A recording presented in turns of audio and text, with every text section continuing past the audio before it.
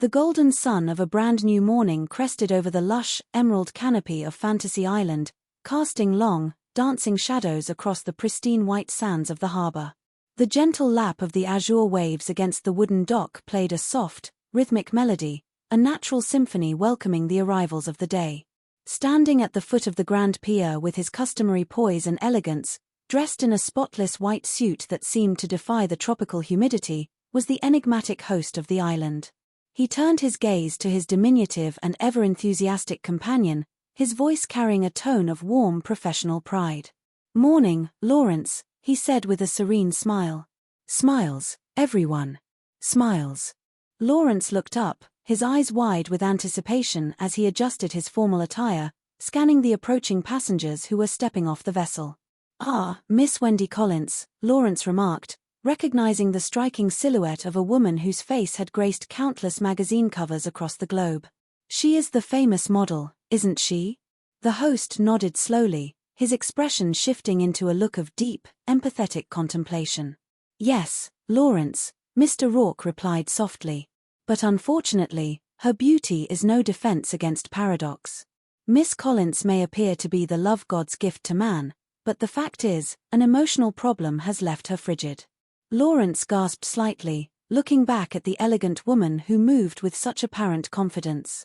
"What an incalculable waste," he murmured, genuinely moved by the hidden sorrow of the guest. "No one is more aware of that than Miss Collins," Mr. Rourke explained, his voice laced with understanding. "That's why her fantasy is to know love and its passions without guilt or inhibitions." Lawrence shook his head in gentle disbelief, his heart aching for the young woman. "Sir, I had no idea," he admitted.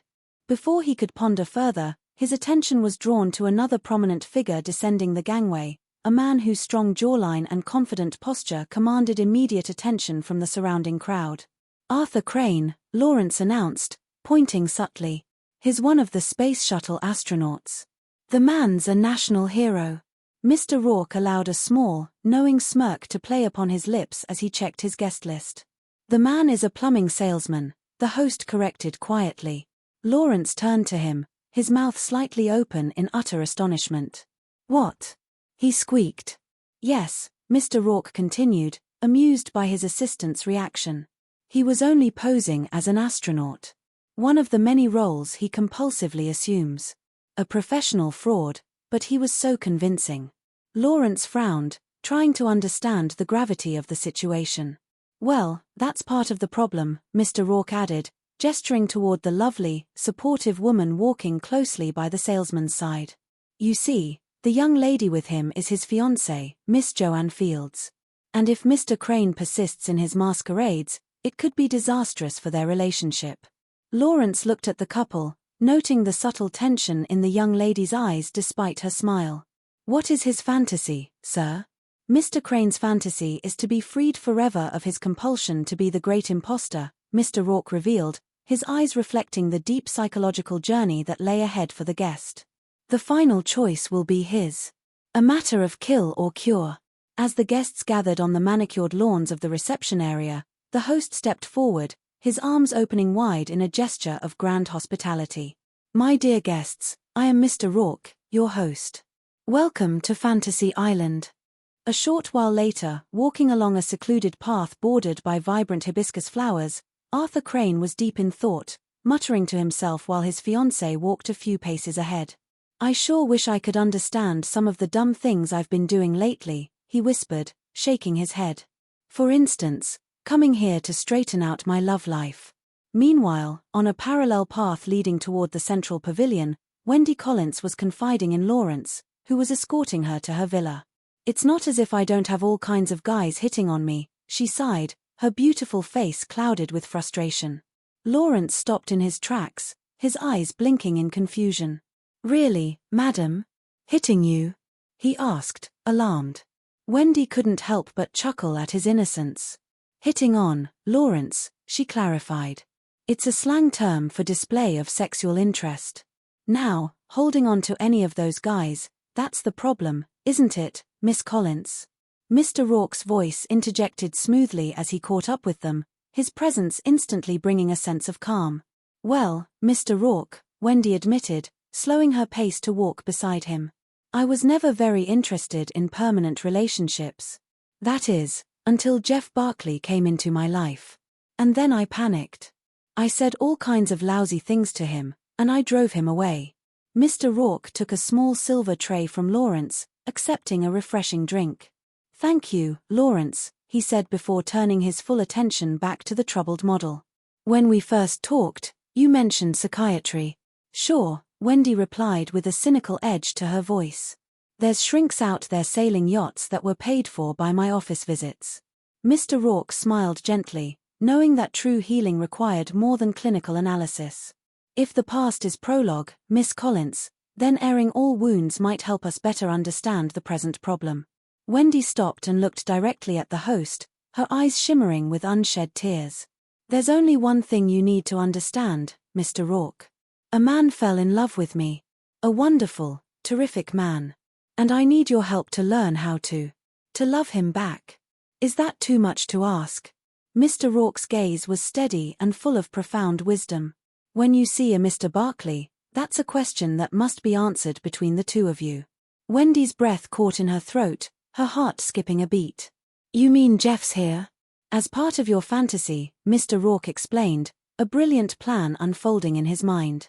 "I've made special arrangements with Dream Vacations magazine, you know, to do a layout of the island for its next issue, and for Mr. Barkley to photograph it." Lawrence beamed, eager to contribute to the romantic narrative. "And it would certainly upgrade the layout's importance considerably if a model of Miss Collins's renown were to be involved, wouldn't it, sir?" Mr. Rourke turned to his assistant, an amused twinkle in his eye. "Now, why didn't I think of that, Lawrence? It's an excellent idea, isn't it?" "Sure, it's terrific," Wendy murmured, her mind racing with a mix of hope and anxiety. "I just wonder how Jeff's going to react." Mr. Rourke extended his hand toward a scenic path winding into the tropical greenery.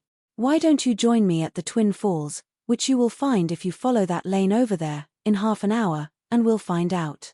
"Okay," Wendy nodded, taking a deep breath to steady her nerves as she set off down the path. At the majestic Twin Falls, where the roaring waters cascaded beautifully into a crystal-clear pool, a professional photography crew was busy setting up their equipment. Reflectors caught the sunlight, and cables snaked around the smooth river rocks. Jeff Barkley, a passionate and dedicated young photographer, was peerless in his craft, focusing intently on the dramatic scenery. "Devastating indeed," he muttered to himself, adjusting the lens of his camera. "Mr. Rourke." A voice called out from the upper ledge. "Ah, Mr. Crane," Mr. Rourke greeted, walking up the stone steps accompanied by Lawrence. "I hope I'm not disturbing anything." "Not at all. Please come on up," Arthur replied, leaning against a rustic wooden railing. Lawrence stepped forward, peering curiously at Arthur's face. "I don't recognize you, sir, without your space helmet." "Oh, you saw me on TV?" Arthur asked, a bit sheepishly. "Oh, yes, as the astronaut," Lawrence affirmed with a smile. "And in certain newspapers and magazines as an artist, author, a rock star." Arthur chuckled, the memories of his grand charades bringing a momentary surge of pride. "I really had fun with that one." "Oh, I can imagine," Mr. Rourke said softly. Arthur's smile faded as he looked down at his hands. "I only wish Joanne saw things the way I do. Every time I'm somebody else, it just drives her up a wall." Mr. Rourke took a step closer, his voice adopting a therapeutic gravity. "Well, it does indicate a certain psychological imbalance. When one feels insecure about himself, it's not uncommon to assume other personalities, ones which he considers more deserving of esteem, respect." Arthur nodded, the truth hitting close to home. "That was me.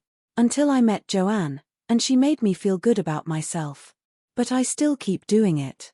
I can't help it." "Yes," Mr. Rourke murmured understandingly.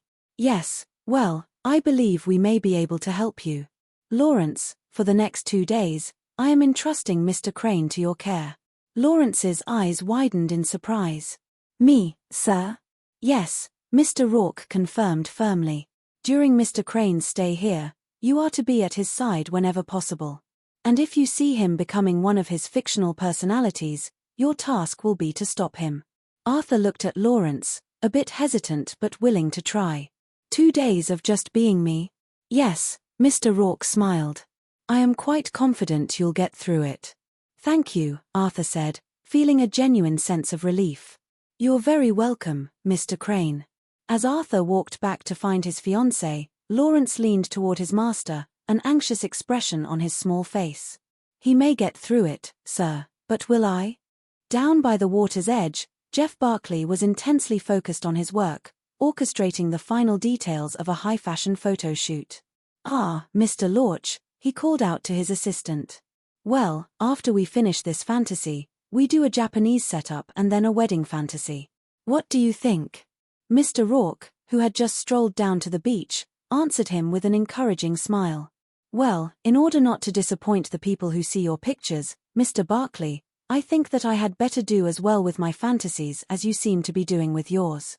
Jeff wiped the sweat from his brow, looking at the breathtaking landscape.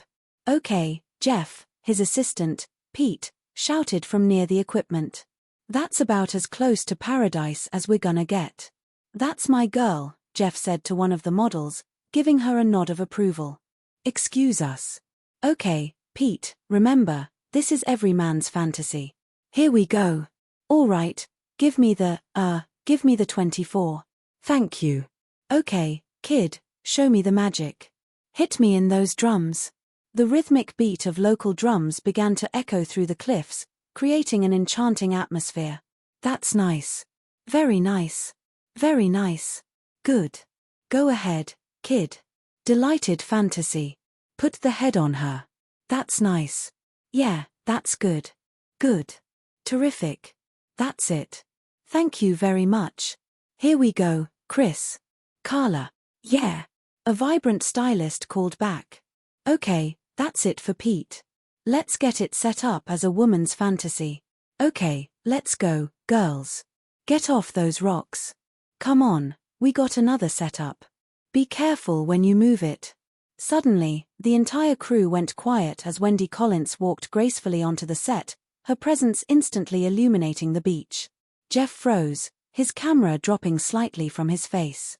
Hello, Jeff, she said softly, her voice trembling slightly. What are you doing here? He demanded, his tone sharp and defensive. I work for a living, remember? Oh, I'm sorry, Mr. Barkley. Mr. Rourke stepped in smoothly, attempting to diffuse the immediate tension. I should have mentioned that, Miss Collins has generously consented to be one of our models. Jeff scoffed, bitterness clouding his features. What's the matter? You haven't doved on me enough. Want to see if I have any more feelings left to kick around? Come on, Jeff, Wendy pleaded, her eyes filled with regret. At least we can be civil with each other, can't we? Oh, listen to her, Jeff laughed coldly, turning to his crew. The expert on human relations. Look, are you really gonna stick around and file this job up for me? Just who in the hell do you think you are, Jeff? Wendy snapped, her defensive walls rising. You know, you're only the photographer. Not anymore, I'm not, Jeff declared, unstrapping his camera gear and handing it to Pete. Mr. Rourke, you want her, fine. You shoot the layout, I quit. He stormed off the set, leaving Wendy standing there, devastated. Well, looks like this is one fantasy that's over even before it's had a chance to begin, she whispered, her voice cracking. Not quite over, Miss Collins, Mr. Rourke assured her, his voice a steady anchor of hope. Near the island's main village marketplace, a young aspiring actress named Gloria was in the middle of a heated argument with her frantic agent, Marty.